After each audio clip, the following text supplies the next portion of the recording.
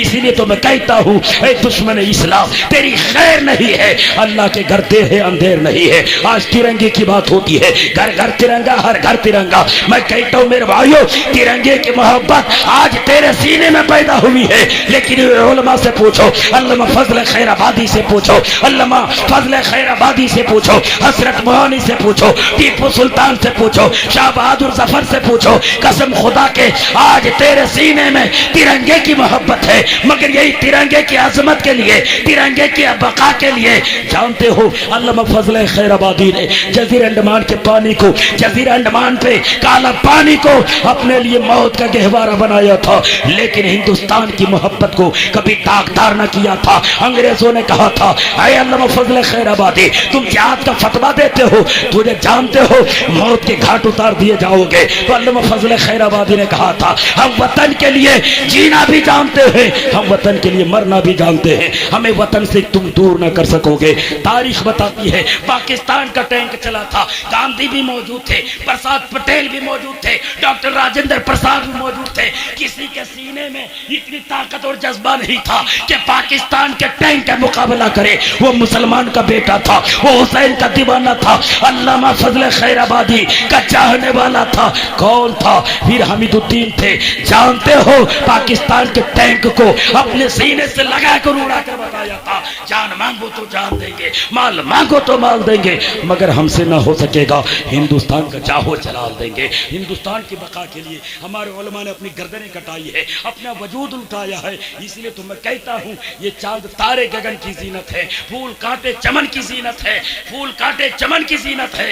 हिंदू मुस्लिम सबको मिलके रहने दो, ये हमारे वतन की जीनत है। बहती है जो देश में गंगा बहने दो, क्यों करते हो आपस में दंगा रहने दो। लाल हरे रंग में ना बांटो हम सबको, बस छत के ऊपर एक तिरंगा रहने दो, तिरंगे के नाम पे ना बांटो। ये ना सोचो इसके घर में तिरंगा नहीं तो ये वतन से मोहब्बत नहीं करता। हो सकता है उसके पास तिरंगा खरीदने का पैसा ना हो सकता है कोई मजबूरी हो सकती है, क्योंकि तुमने महंगाई के चरम सीमा पर इंसानों के कमर तोड़ दिए हो। कसम खुदा की उमर फारूक की जिंदगी अगर अपना लिए होते तो आज गरीबों का हाल ये हाल ना होता।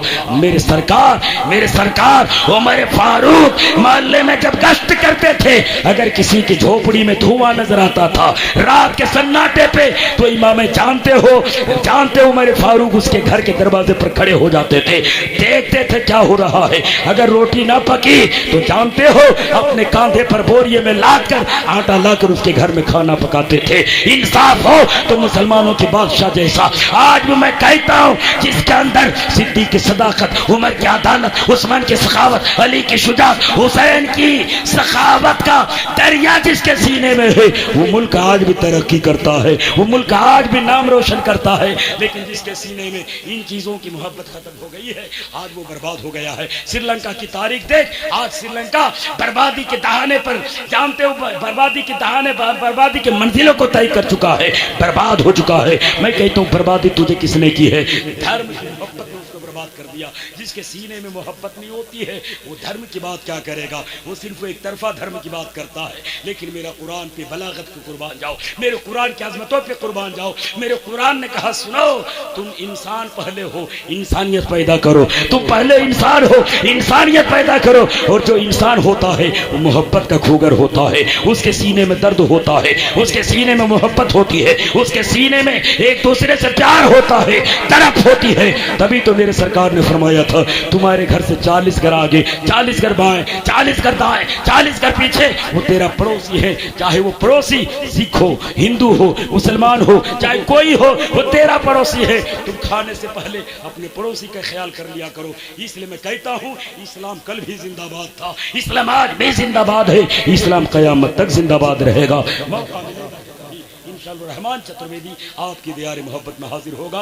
मैं रब की बार में दुआ करता हूँ, है प्रतिपालक सुरक्षा करो उस अवैध दुष्ट शक्ति से जो पुण्य का नाश करके पाप का आदेश करता है। हमें जमाने के जालिमों से मेरे मौला बचा ले, हमें जालिमों को हुकूमत से मेरे मौला बचा ले। और इमाम हुसैन का सदका हम जितने भाई यहाँ बैठे हैं, जिन्होंने जलसा किया है, हिस्सा लिया है, मौला सबको हुसैन के सदके से माला माल फरमा दे। आइए मेरे हुसैन की मोहब्बत में, हुसैन के नाना की